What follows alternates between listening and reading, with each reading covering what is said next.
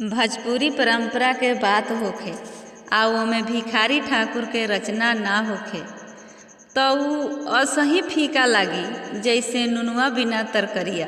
तयाई हमनी का विदेशिया नाटक के प्यारी सुंदरी के दिल के बात सुनी जवन ऊ एगो बटोही के जरिए अपना पति के पास भेजतारी। आवेला आषाढ़ मास लागेला अधिक आस, आवेला आषाढ़ मास लागेला अधिक आस, बरखा में पिया रही तन पसवा बटोहिया, बरखा में पिया रही तन पसवा बटोहिया। पिया यई तन बुनिया में राखी लिह तन दुनिया में, पिया यई तन बुनिया में राखी लिह तन दुनिया में। अखरेला अधिक सवनवा बटोहिया, अखरेला अधिक सवनवा बटोहिया। आई जब मास भादो सभे खेली दही कादो, आई जब मास भादो सभे खेली दही कादो। कृष्ण के जन्म बीती असही बटोहिया, कृष्ण के जन्म बीती असही बटोहिया। आसीन महीनवा के कड़ा घाम दिनवा के, आसीन महीनवा के कड़ा घाम दिनवा के। लुकवा समनवा बुझल हो बटोहिया, लुकवा समनवा बुझल हो बटोहिया। कार्तिक के मासवा में पियऊ का फांसवा में, कार्तिक के मासवा में पियऊ का फांसवा में। हाड़ में से रसवा चुवत बा बटोहिया, हाड़ में से रसवा चुवत बा बटोहिया।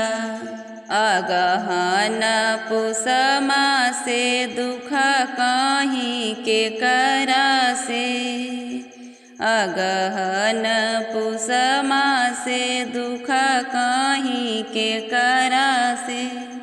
बनवा सरिस भावनवा बटोहिया, बनवा सरिस भावनवा बटोहिया। मास आई बाघवा का पावे लागी मघवा, मास आई बाघवा का पावे लागी मघवा। तहाड़वा में जड़वा समाई हो बटोहिया, तहाड़वा में जड़वा समाई हो बटोहिया। पलंग बासुनवा का कनिया गुनवा से, भारी ह महीनवा फगुनवा बटोहिया, भारी ह महीनवा फगुनवा बटोहिया। अबीर के घोरी घोरी सब लोग खेली होरी, अबीर के घोरी घोरी सब लोग खेली होरी। रंगवा में भंगवा परल हो बटोहिया, रंगवा में भंगवा परल हो बटोहिया। कोई कुली के मीठी बोली लागेला करे जे गोली।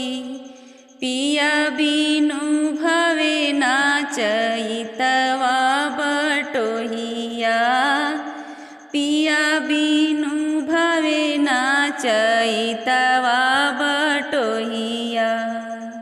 चढ़ी बैसाख जब लगन पहुँची तब, जेठवा दबाई हमें हेठवा बटोहिया, जेठवा दबाई हमें हेठवा बटोहिया। मंगल करी कलोला घरे घरे बाजी ढोला, कहता भिखारी खोज पिया के बटोहिया, कहता भिखारी खोज पिया के बटोहिया, कहता भिखारी खोज पिया के बटोहिया।